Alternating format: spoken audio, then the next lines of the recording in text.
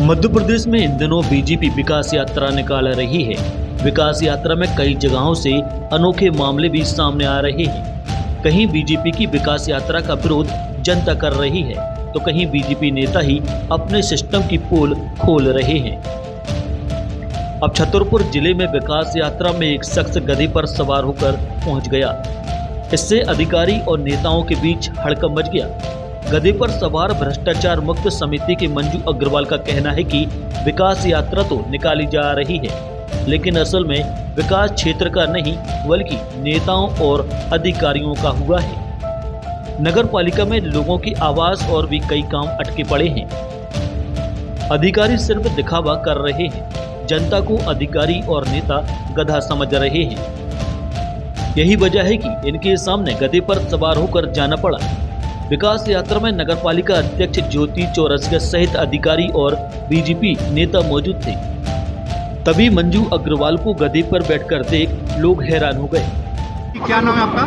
मेरा नाम मनोज कुमार अग्रवाल और फिर मंजू नेता। किस तरह से आप प्रदर्शन कर रहे हैं? आज मैंने इसका टाइटल दिया मंजू अग्रवाल मैं गधा हूँ। इसको इसलिए विरोध प्रदर्शन कर रहा हूँ, इसलिए मैंने ये टाइटल दिया है कि प्रशासन द्वारा आम आदमियों को शायद मेरी दृष्टि से गधा, कीड़ा मकोड़ा एवं गुलाम की दृष्टि से देखा जाता है। इसलिए आज मैंने कहा कि गधे में बैठकर मैं इसको विरोध प्रदर्शन जारी करूं, जिससे कि इनकी शायद भ्रष्टाचार अधिकारियों की आंखें खुल सकें, निंदा से जग सकें। जी लोग इसका विरोध प्रदर्शन करने आया हूं मैं। ऐसा लगता है जैसे इन लोगों का बिल्कुल विकास यात्रा के नाम पे विकास तो दिखता ही नहीं है। बस काली कमाई को अपने घर पे रखा जाता है। विकास धरातल पे नहीं है, विकास घर अधिकारियों के घर पर है।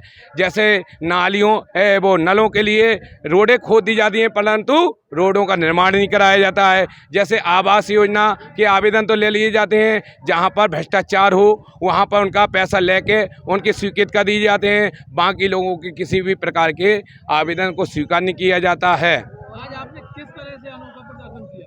ये हमने गधे में बैठकर इसको प्रदर्शन किया है। ऐसा प्रदर्शन गधे पर ही क्यों बैठे? ये इसलिए जरूरत पड़ गई कि ये भैया हमें 8 तारीख को इन्हें शिकायत प्राप्त होती है, नीलम अग्रवाल द्वारा की जाती है, और 9 तारीख को मुझे नोटिस दी जाता है। 9 तारीख को सुबह देता है कि 24 घंटे का आपको 8 बजे मिलती प्राप्त होता है और 24 घंटे का समय दिया जाता है। मतलब उसी दिन भर मिलेगा, शाम के 4-5 घंटे का आपको समय है। आप जवाब दीजिए, वरना नहीं एक अच्छी कार्रवाई की जाएगी। मैंने भी संकल्प ले लिया कि आप मेरे विरुद्ध कार्रवाई कर दीजिए। मान लीजिए अगर इस प्रकार की अगर कार्रवाई होने लगे तत्काल, तो आदमी की समस्याएं क्यों उत्पन्न हों। अरे यार भैया, एक ही घंटा में 24 घंटा में अगर नोटिस जारी हो सकता है, तो 24 घंटे में प्रकरणों के निराकरण क्यों नहीं हो सकते हैं। आदमियों को जो भ्रष्टाचार के खिलाफ आपने आवाज उठाई थी, इसके कारण आपको नोटिस मिला है? बिल्कुल मिला है। इसमें कचूत जयचंद दलालों से मिली भगत करके इन पे नोटिस लिया, जिससे शिकायत प्राप्त हो। शिकायत ले ली उनने जयचंद दलालों से और मुझे नोटिस दे दिया है, जिसे कि उनकी दलाली बराबर बरकरार रहे, क्योंकि देश भी जयचंद जैसे लोगों से ही गुलाम हुआ था। इसी प्रकार की चीज सोचते कि आम आदमी गुलाम रहे और मेरी रोटियां सिकती रहें।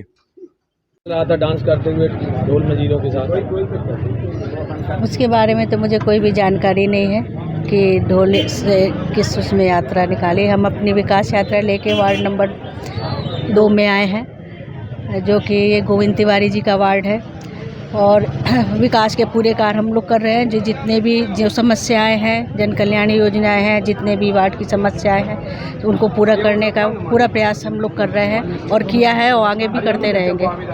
कहीं ना कहीं विकास यात्रा को बिगाड़ने के लिए पैटर्न तो नहीं रचा गया जी? कहीं ना कहीं विकास यात्रा को बिगाड़ने के लिए पैटर्न तो नहीं रचा गया? ये तो अब उनका ही, उनके बारे में मैं कुछ भी नहीं बता सकती, क्योंकि हम लोग का यहाँ आना हुआ, ये ढोल बजे किस वजह से हुए, इस बारे में मैं कुछ भी नहीं बोल सकती।